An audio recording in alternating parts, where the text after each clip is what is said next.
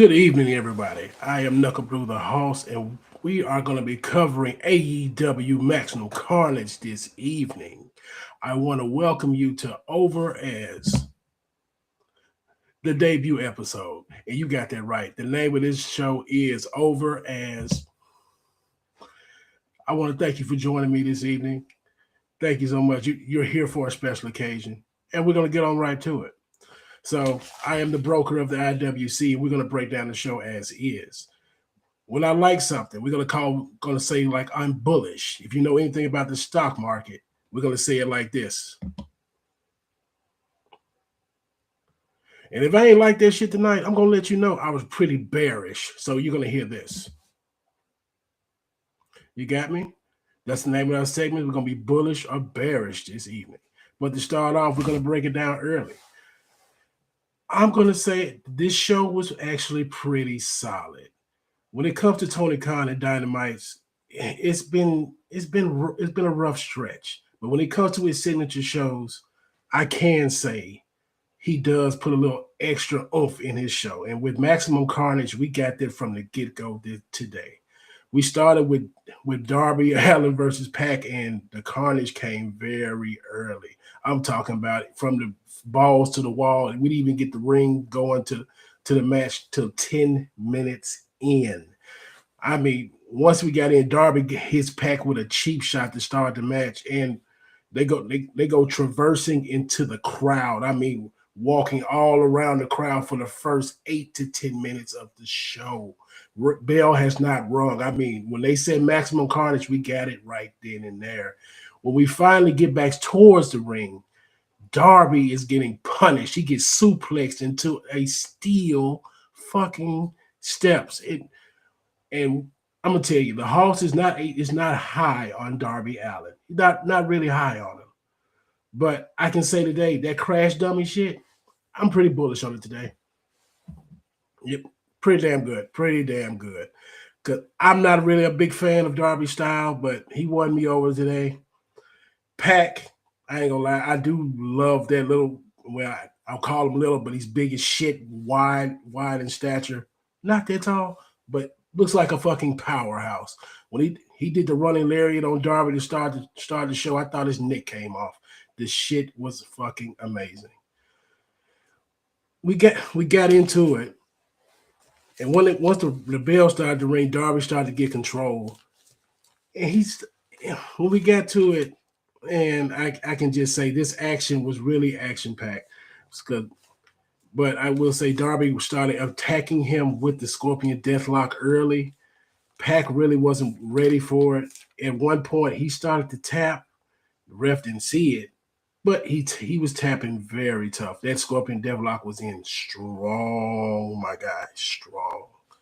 But at the end of the day, Wheeler Yuta came in to try to save Pac from the match. We didn't get much help from him because Darby ended up countering. He hits Pac with a nasty coffin drop on top of a chair on his ankle. Sets the Scorpion Deathlock back in and makes Pac tap very accordingly. So I can just say that match went about 25 minutes. We really you can actually say 35, where we got 10 extra minutes of ruckus before the bell even rang. But I can just say pretty bullish on it. Give him some money. And I can say Tony Khan actually delivered with a story early on in the match. Darby ends up beating all of the Death Riders, so we'll see where that goes. Like I've told you before, I'm not that high on Darby Allin, but I know Tony Khan is very bullish on him. Very bullish. I can really see Darby being going for that world championship against MJF, possibly by All In.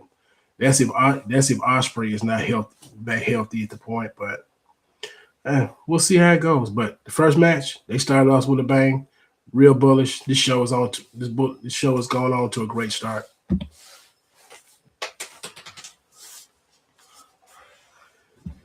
And I also forgot to say there was a nasty avalanche belly to belly by Pac during this match. I recommend you go back and see it.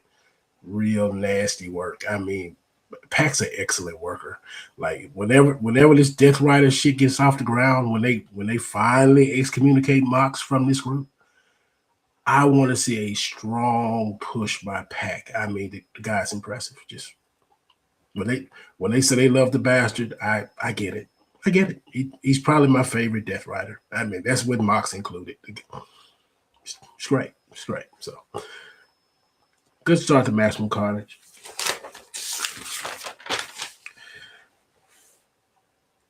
And before I get back going, there was a promo to start the night by Samoa Joe. He used to give you classic promo work. He said he had a bounty on Hangman's head. But do you really want to see who he had to execute this contract? Brian Keith, a jobber. We're sitting a jobber after a former 2-time world champion. I don't get the shit. I don't get it. I don't understand. Might be the weakest bounty hunter I've ever seen since Dog. Man, Dog would have probably gave Hangman a better bounty than Brian Keith, but that comes later on.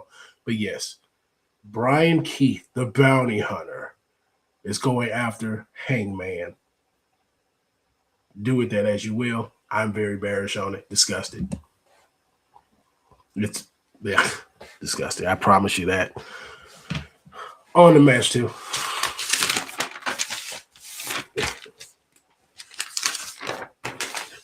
And match 2 is the contract being executed.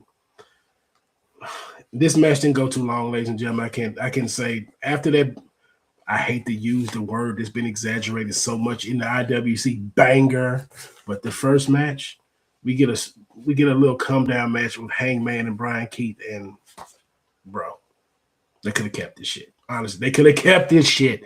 No one cares about this. This is a weak ass subplot. No one cares. You know what I got for it? Just come on. No one cares about Brian Keith. I'm sorry. No one cares. No one fucking cares. Anybody else. You could have gave us anybody else, but you bring out Brian fucking Keith for a former 2-time world champion. We got to do better, bro. We've got to do better. Tony Khan, I glazed you off that first match. You come back with this bullshit. Come on, bro. We got to do better, bro. Do better. Anyway, this match goes about 8 minutes or so. The biggest highlights from it, Big Bill tries to go for a chokeslam on Hangman on outside. Not great. Not great. We had Swerve. You know whose house it is over there in Phoenix today. Swerve came in with the chain and choked the shit out of Big Bill. It looked like some straight out of Django type shit. That man choked the shit out of that tall ass motherfucker. I promise you, bro. Yeah, nasty work. But might be the best part of it. After that, we get a buckshot lariat for the win. Knocks out Brian Keith pretty in short order. And we get promos after this. And I say this. He tells Keith, try to collect your bounty today, dumbass. I don't understand what people get with this Hangman promo shit. I guess he thought he was gonna get dumbass over. I've heard him say dumbass probably the last 10 months. It's not getting over, pal. It's not getting over. I mean, Hangman, bro, get you some better work. It's not getting over. It's not. No, bearish. Nope. Anyway, Swerve comes out to cut a promo on MJF, and it was pretty the same stuff, going after the bigot, whatever. I expect better work today. I really expect it. But we get saved by the cleaner. Kenny Omega comes out, and he's coming out in his glory. And all three of these guys in the ring, Omega puts over the fans, saying he thanks them for when they call him the god of wrestling. He says he just can't request matches as an EVP. He said he has to come back and win matches to win favor in the company to earn him a title shot. And after all this putting over, Don Callis with his Voldemort-looking ass Man, get this guy a wand, and I promise you, we got the Chamber of Secrets. Call him Tom Marvel or Riddle. I promise you. Don Callis. Anyway, Don Callis comes out and he is just healing it up. Just ugly work. I can honestly say I can't stand the bastard. Great heel. Bullish on him. But I have to come back and say I'm bearish on that family. Don't know how he feeds them. It's like 200 people in that family. I know his checks ain't big enough for it. I hope he gets EBT. That family got to eat. Then they're inducting even more people in this family. I don't understand it. It's every time someone gets introduced to AEW, oh, they become heels. They go to the Don Callis family. This man has an adoption record out of the ass. I mean, I just don't get it. What's with the adoption of all the kids? How big is the group home at the Don Callis family? How big is that group home? Anyway, Don Callis says, how about you come and challenge Josh Alexander, Kenny Omega? And Kenny Omega says, well, I got time today. I guess he listened to Moneybag Yo this evening. He said he had it. Don Callis said, nah.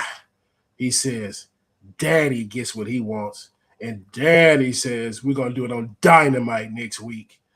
So next week, we got Kenny Omega versus the Walking Weapon, or me, as I call him, the Walking Jobber. That man doesn't win anything. Guess he puts on great matches. Doesn't win shit. Doesn't win anything. We got Josh Alexander versus Kenny Omega next week. Should be interesting. And that's what we got at the end of that match. Like I said, Tony Khan, that is not it, bro. That's not it. That's not it. You got to keep the momentum going from the first match. We can't be coming down to BS like that. We could have had a better skit. I'm just asking for a better skit, bro. Like, man, you give me great wrestling, then you come back and give me Drek. I'm like, what? Bruh. It's just, when you're number 2 promotion, you cannot afford to be killing your own momentum with this type of stuff. You cannot do it. Tony, I just ask of you, as a fan of wrestling, as a fan of this company, you are not that far off from being number 1. And people would think I'm joking by saying such a thing. The wrestling is you didn't lie when you made the name. The wrestling is all elite. The graps can't be touched by anyone else in the industry. But you get the TV show is lacking. So I just ask of you, get the TV show together, and bro, these reviews will be, I promise you, the show would be that much better if you just get the TV show right. The graps, okay, but when you got former world champions, don't give me no fucking Brian Keith, bro. Don't give me Brian Keith. I need better. We got a Brody King segment coming up next. And he says he had a standby match with John Cruz. Again, we get 2 straight bullshit matches. Who wants to see John Cruz, bro? Like, if it ain't Tom's brother, we don't want to see nobody last name Cruz out here, dog. We don't want to see it. We don't want to see it, bro. But yeah, Brody King coming out to the ring next. And anyway, go back. Bearish, extremely bearish. Not buying into any of this shit. Brody King, though? Brody King by himself? I'm a fan of Brody King. I'm a fan. Big ass dude, man, agile. Man, the man should be getting better work here in AEW. He needs more work. And him and Bandito did great service today. Great fucking service. I mean, not today, but this past year, is Brodito. Loved it. Great work. Give Brody King a major push. I am dead serious. I can't say anymore. Very, The horse is extremely bullish on Brody King. But we get back to this match. Match goes about 40 seconds. I mean, classic squash match. He got Cruz out of there in short order. The man didn't even get out of his suit enough, and it was over with. Then Brody cuts a promo. He said he'd be honored after Bandito beats MJF to compete with him for the championship. He said he wants Bandito to beat MJF from pillar to pole. And I guess that's imposing his shit. Pillar to pole. Wicked. But it's okay. It's okay. Okay, promo. It's okay. It's okay. It's okay. It's okay. All right. After that, we got match 4. Match 4. We got a 4-way tag for the number 1 contender spot for the tag team championships. We got Davis and Doyle, which they need to work on their name. I mean, I know they're in the Don Callis family, but D&D, if we're not playing Dungeons and Dragons, we need better names for these guys. Davis and Doyle. What is this, a law firm? Law firm of big-ass dudes. Whatever. Bearish on that name. Get them a real name, Tony Khan. We got Jet Speed, who I'm not going to lie to you. They're starting to win me over. I mean, I was not a fan of Speedball. Love me some Kevin Knight. Pause. Just to be sure. Pause. But Kevin Knight is really the future of this company. He needs a major push going into this year. I mean, and not just they should win the tag title sometime this year, which they probably will. But Kevin Knight needs a strong singles push. I'm talking a Ricochet type push. The athleticism is off the charts. The guy has some charisma there. I can't say it's the greatest because I don't hear him talk that much, but just in-ring charisma, in-ring performance, the man he has it. He has it. So I want a major Kevin Knight push. I'm extremely bullish on him in 2026. Extremely bullish. Speedball Mike Bailey. He's okay. I wish he would put some fucking shoes on. I mean, it just doesn't seem clean up here to be up here wrestling with no shoes on. But the Taekwondo or whatever martial arts he does is effective. Great selling point. Get this man a pair of shoes, though. Give him a pair of shoes. You give him a pair of shoes, I might have him going over. Call me superficial. Call me what you want. Get that man a pair of shoes. I mean, and it's not even just him. Give Marina Shafir a pair of shoes, too. Stop having barefoot wrestlers in this company. Do they not know how nasty floors are? Do they not know this? Floors are disgusting. And these people up here walking out here barefoot and kicking people in their teeth. In their fucking teeth. I'm pretty sure people got toenails in their mouth from this company. And we got people here walking barefoot. It's gross. It's gross, dog. It's gross. It's gross. I'm extremely bearish on barefoot wrestlers. Bearish. Yeah, bearish. Anyway, we got GOA, in which they are a physically imposing team. I will give them that. Ricochet is actually doing wonders for them, even though he is a charisma vacuum when it comes to talking on the mic. I can honestly say that the inclusion of Ricochet and getting the demand is actually getting over. And I never thought I would say that. It's actually getting over, dog. Who thought this would be a thing? But yes, so we had Ricochet on commentary as well tonight, and also to get to this match, the Young Bucks are the last team, and the Hoss. I went to All In last year, and the Bucks won me over.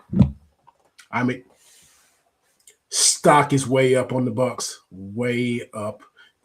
The former EVPs.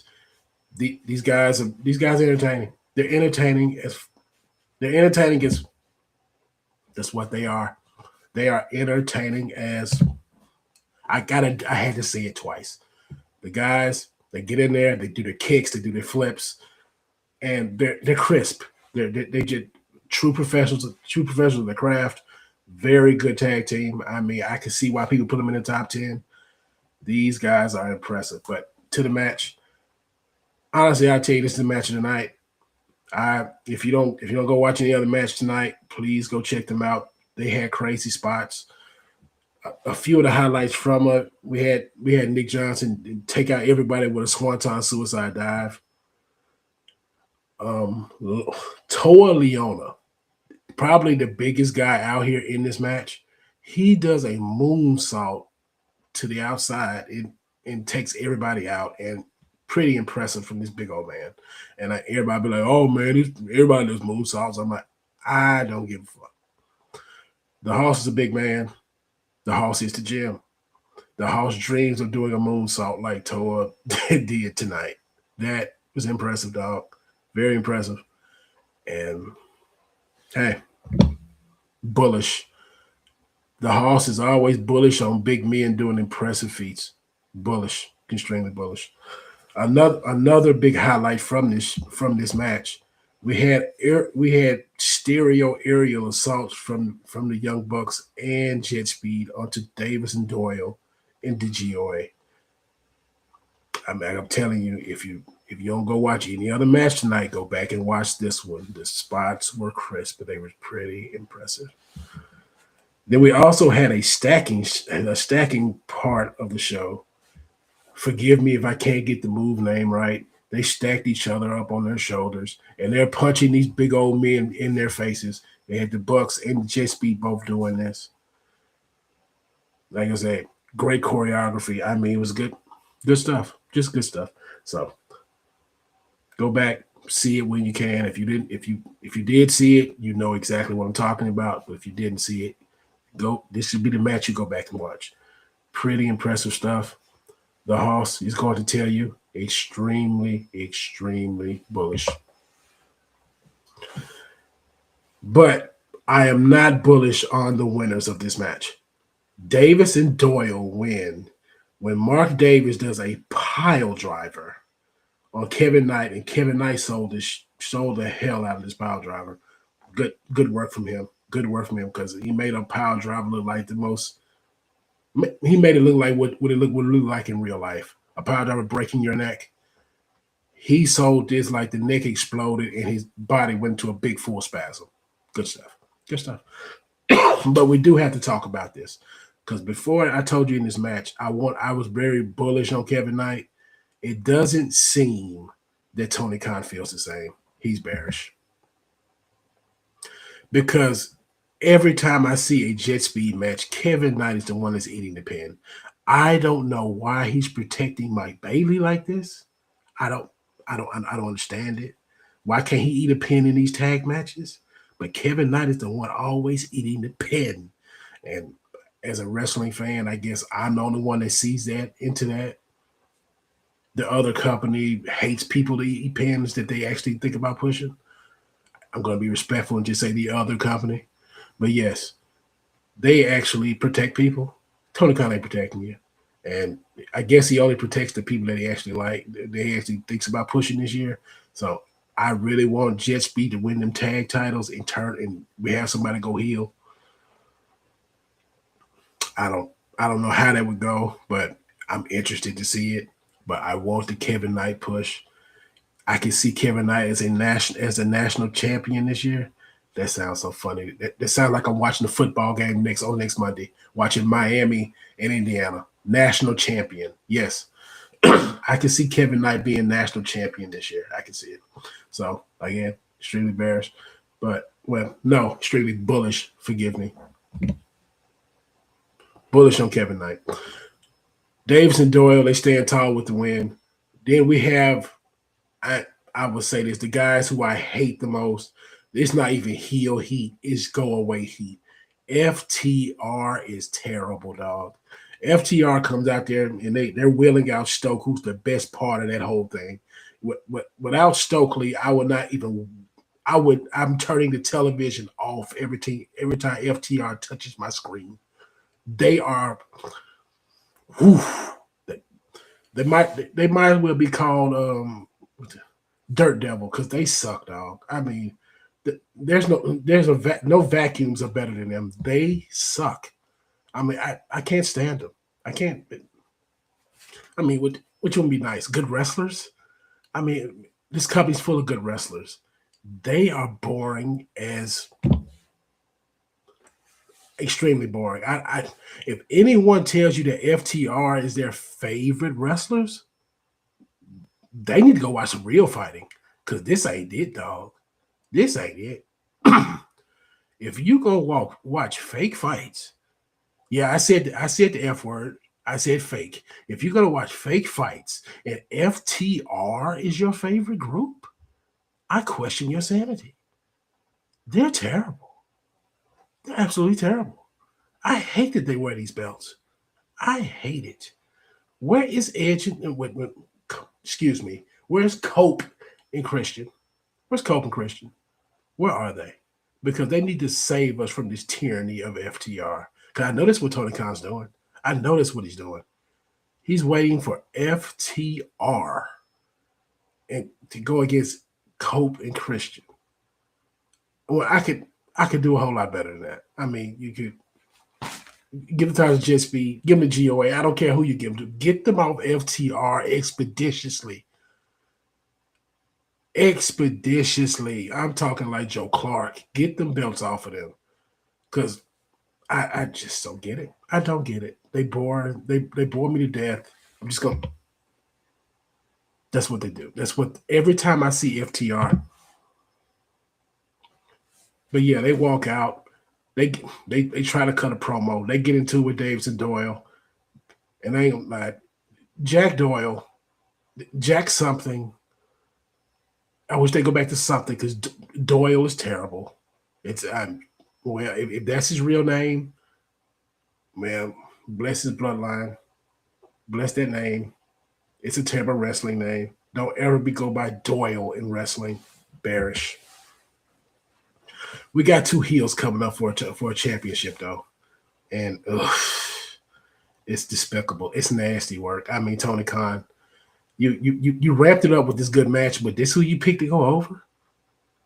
I get it. They're newly formed, and I can't be mad because you're pushing big fellas, and you don't push big fellas that much in this company. So I get what I get. I guess I take it. I take it. So yeah. It's just oh no. It's just that I fear that match. I'm bearish. It disgusts me, and I got to.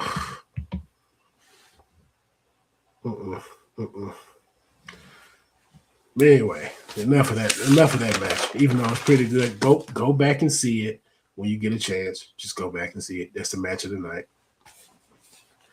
Match 5, and for match 5, I gotta take us somewhere. I gotta take us somewhere. We're going to the Gooners Lounge, baby. The Gooners Lounge. Because all these women in this match, it was a smoke show. It was a smoke show. So coming live from the Gooners Lounge, the Hoss is here to tell you that Chris Statlander and the Babes of Wrath. I did that ugly voice, I know, but yeah. All three of the women, bad as. I'm very bullish on all three of them. All three of them. I want them on my television as much as I can. Willow is my favorite women's wrestler going today. I need more Willow. I'm glad that she took that belt off Mercedes. More Willow, more Harley Cameron, a whole lot more Chris Statlander. And they go against the Triangle of Madness, which is a fire name.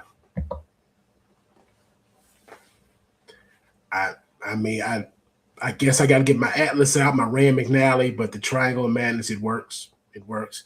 People say they don't like the Sisters of Sin gimmick when they come up here and they sound like they're casting spells. I love it. Get them a cauldron, put a hat on them. I mean, If they need a spoon, they need to stir something with it. Go for it. Give me more Sisters of Sin. Get Tekla. Tekla is great. I, I'm glad she's talking more because for half of 2025, probably 3/4 of it, she never talked. She was just up here doing this, hit you with the spider walk. Well, Tekla is great. More Tekla, please. So, yeah, this match, I will say, was okay. It was okay. Nothing impressive. The biggest thing was Statlander took a big shot from Willow to save her from in this match, but she ate the pin to Tekla. And I will say this: I had this prediction earlier today. I fucking love it. I love it. It's been time for Tekla to get a big title shot in this company, and she's gonna get it against Statlander on free, more than likely on free TV. It would have been great for the pay per view, but we're a few months away from that. But to get the women's champ pinned on Maximum Carnage, I applaud Tony Khan on that one. I applaud.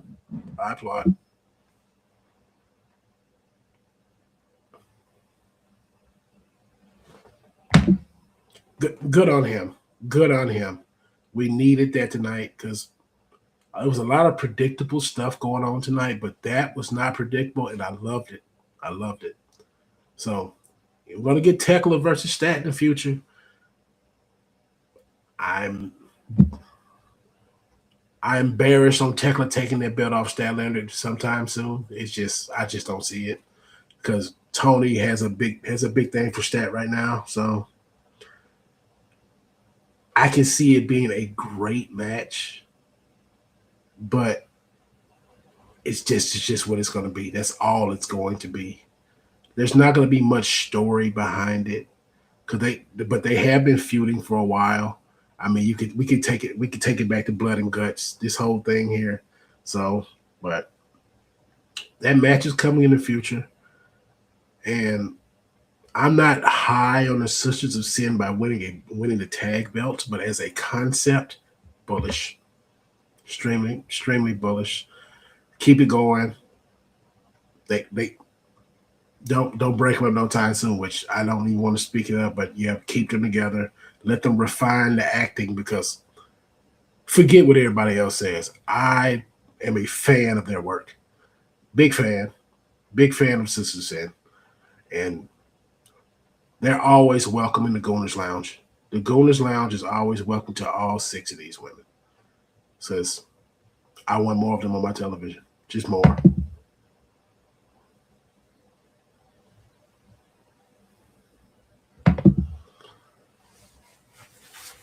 And to that, we come to our main event of the night. And as you can see, who I'm going for tonight, as you can see these guys are too poor for a real one. Shout out to my champ. You see it. You see the champ. Yeah, MJF versus Bandito. And a lot of people have been saying that Bandito was probably the most impressive wrestler in this company in 2025. I'm one of them. Extremely bullish on Bandito. Extremely bullish. The guy he's entertaining as fuck. Very entertaining. The charisma, it's just in ring charisma. He doesn't speak much English, which we know. So it's hard to just get over today when you don't really speak the language in the country that you are residing in or you're working in. But he comes in, does the Macarena, which whatever. But every time it comes out, I get a good laugh out of it. So yeah, good laugh at the Macarena. The posing, it's fun. It's fun. People say the 21 plex is a funny move. I enjoy it. It works for him. It may just come off as a German suplex, but it's a lot of acrobatics that goes into it. So I'm for it. I'm for it. Bandito, cheers to you, my brother. Bullish. But I'm bearish on you tonight. Because ain't nobody taking that belt off MJF no time soon. Nobody's doing it. I very the guy is money. He's money in this company. I mean, goes over if he ever goes over to the other company, he's gonna have decent work done on that character. But in this company right here, he's money. He is the draw. Even though a lot of people say, "Oh, AEW is bleeding ratings," and they're not lying. They are bleeding ratings, but when it comes to watching these shows, I want more MJF on my television. I and people be like, Hoss, how can you like MJF? He cosplays a bigot and all that. I'm like, bro, I love that controversial shit. Look at the name of this show. It it's over as why wouldn't I like someone who's controversial and over is come on now. We got to stop it. Stop it. If you're gonna come after wrestlers for actually playing a real character, I question your sanity watching this stuff because I'm not just watching graps. Man, we get great graps on this show all the time. So, but to get good to great character work, it I will take it because he's one of the only people playing a character on this fucking show. One of the only ones doing it. So yes, guys, the guy is very good. I enjoy it. And so we get to the match, and the match is your typical MJF match. He's getting his ass beat. This was a bandito showcase, and we had we had a few impressive spots. The best spot of the night of this match was a flying crossbody to the crowd. And man, I'll tell you this: if you didn't see it, go back and look at this part of the match. Bandito cleared defense and hit MJF in stride right in front of the crowd. Extremely bullish, extremely.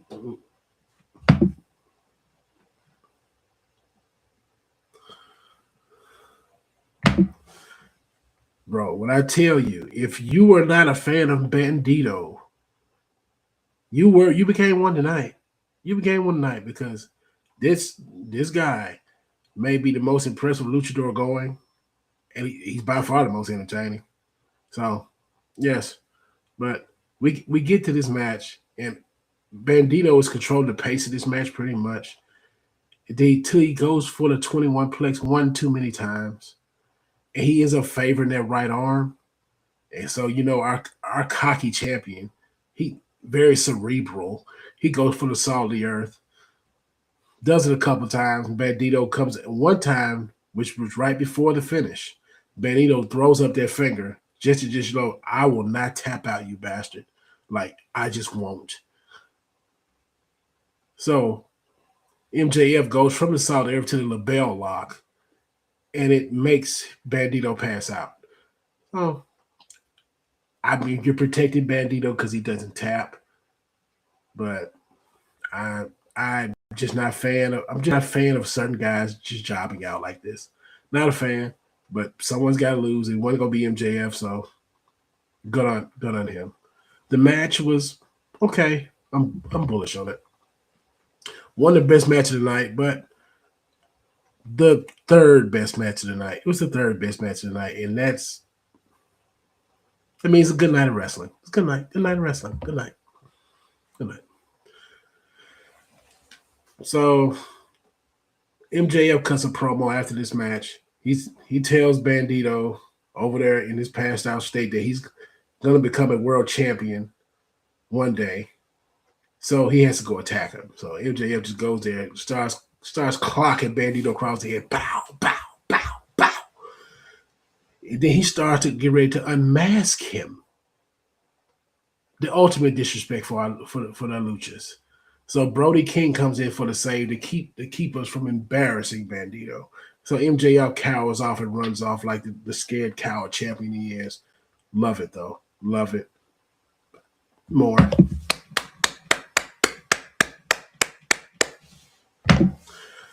And we go off the air with that. So all in all, tonight was the House had given a 6 out of 10. Was better than average. One of your better dynamites, and I know the year just started, but I promise you this will probably be one of your better dynamites of the year. So even though we did get those two bad squash matches, if we had better matches there, I would have gave it maybe a good 7.5 or 8. Because when you're grading AEW shows, I again, like I said at the beginning of the show here, you have to grade AEW just on straight wrestling, which it took me a long time to get there. Because I know it's gonna just watching this show, you're gonna have lackadaisical weeks. It's just it is what it is because Tony Khan does not focus on TV production. He just doesn't do it. But when it again when it comes to his signature shows, he tries to put an extra. He puts his toe in that pot, and he's gonna try to put his best foot forward. So I can appreciate that. Well, 6 out of 10. I would go back if just wanted to. I tell you, go back and watch the tag team number one contenders match. Go back and watch the Darby versus Pac match. That the Darby versus Pac match has the story in this show. And I also forgot on Collision Saturday, you're gonna have the trios titles up for grabs because at the end, towards the end of this show, Hangman said he's gonna take everything from Samoa Joe doing a jet speed interview. And he says, we're going to take the trio titles away from you. So it's going to be Hangman and Jet Speed versus the Ops on Saturday. I don't care. I don't care. Sidebar. I am over Swerve and Hangman being friendly. I'm over it. Why the fuck are they still friendly? I get it should have been a one-off, and that's cool. Why are we still cool out here like this? Why? It should be fuck that guy. Either way, someone should be saying fuck that guy. Man, we don't need that no more. Stop putting these singles guys in these tag teams like this. It's too many wrestlers in this company that need to be on TV, and you're gonna tag team the former world champions. You're gonna keep doing this for what? What is it for? I'm bearish on it. I do not like it. Tony Khan, like, stop it. I want someone to have one of them go heel, and here we go. Just go with it. Just go with it. Because I mean, what are you gonna do? You gonna serve them up to MJF again? All these baby faces that we've already done this. We've done this already. Give MJF some fresh guys like you did with Bandito tonight, and just go forth with this reign. Because the writing's on the wall. We know you want to get that. You want to put that title on Darby Allin. We know you want to do it, and you're gonna string us along with it. You're gonna do it. So even though I said Darby Allin won me over tonight, I'm not a fan of that crash dummy style. So him as a world champion scares me. I am completely bearish on that. I mean, if you want to give him another title, sure, but the AEW World Championship on Darby Allin, bro, that is not entertaining. He doesn't cut great promos, and all he does is just get beat. I mean, I just be waiting to see what are they gonna do next? They're gonna throw him to center blocks. Are they gonna run him over with a car? Is an AT Wheeler gonna come in on him next? Are they gonna put hoses and dogs on him? I mean, it just whatever your imagination come up. That's what they're gonna do to Darby. Is somebody gonna throw an axe on him like The Shining? Nunchucks. Give me some nunchucks. I'll go Ninja Turtle on his ass. What are we gonna do with Darby Allin? That's every week on this show. Every week. I mean, I can just get wet. Throw a cockroach at him? How about that? Yeah, let's just see if he nothing beats a cockroach. Not even a nuclear disaster. You got Darby Allin versus the cockroach. I'm taking the cockroach. Anyway, that was the sidebar, and I just went completely away from Swerve and Hangman. Break them up. I'm sick of this shit. I'm sick of it. Stop it. Them guys need to shine on their own. end this immediately. And this show is supremely lacking without Okada and Takeshita. We need that beef. We need that beef. We need it. Like real talk. Like that's one of the only stories that's actually refreshing on this show. And we still ain't. They still in Japan. They still in Japan. Are they on break? What is it? I know they was over there with Tanahashi, but man, that's 2 weeks ago. Get back over into the States and come to work. It's time to come to work, fellas. Like, come on. I know Okada's old. I know he's on AARP. Get him up here and go to work. I I miss that cheeky bastard. I miss him. I miss him. I miss him flipping people off. Him calling folks bitch. I miss it. It's good. It's good television for him. That's the best thing he got because he's washed in that ring, completely washed. So hey, we need characters. And he's one of them. He's one of them. And Takeshita, I mean, everybody wants this baby face run from Takeshita, but it's hard to be because the man's a great wrestler. Great wrestler. It's going to be extremely difficult to be a face of this company and you can't speak the language effectively. It's going to be very difficult. Very difficult. Like, we going to get storylines. I'm talking storylines in AEW. Just me fantasy booking here. How are we going to get him to carry feuds without Don Callis? How are we going to do it? Y'all let me know. Let me know. You let me know. How are we going to do that? But yes, this show was severely lacking without Okada and Takeshita. They missed it completely. And I just want to know, how come we're not going back to the Kenny Omega and Andrade thing? How come we're not doing that? Why are we not doing that? It needs to be seen. Like I know Andrade went away for reasons, but he's back. And Kenny Omega is talking about he needs matches. And we got Kenny Omega going against Josh Alexander. We got Andrade right there. Andrade's right the fuck there. We got Josh Alexander. Why? Just why? I don't understand it, bro. I don't understand it. I just don't. I don't. Oh.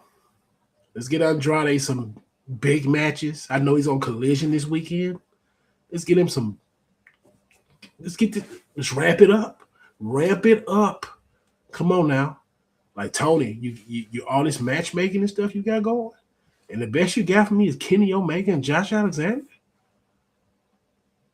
When you just got Andrade, you just got him back. You paying him money to go up here and do nothing.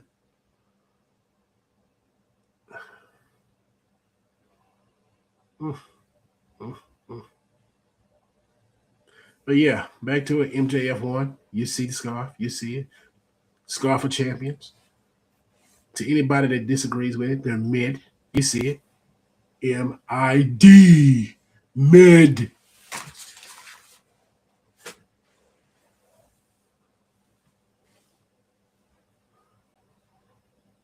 But yes. So this concludes the first ever episode of Over As. I want to thank you for being here with me. I'm going to be doing this every weekday night during the week. We're going to break down Raw on Monday. We're going to break on NXT on Tuesday, Dynamite on Wednesday, every Wednesday. We're going to break down, tomorrow, we're going to start breaking down TNA Impact on AMC. So join me tomorrow as we break that down. We're going to do Fridays. We're going to do SmackDown on Friday nights. So every night during the weekday, I will be here with you to review these shows. I hope you were to join me. I hope to see you again. Thank you for here. I just want you to know the host loves you. Come back. Like, share, subscribe. Be well. Have a great night.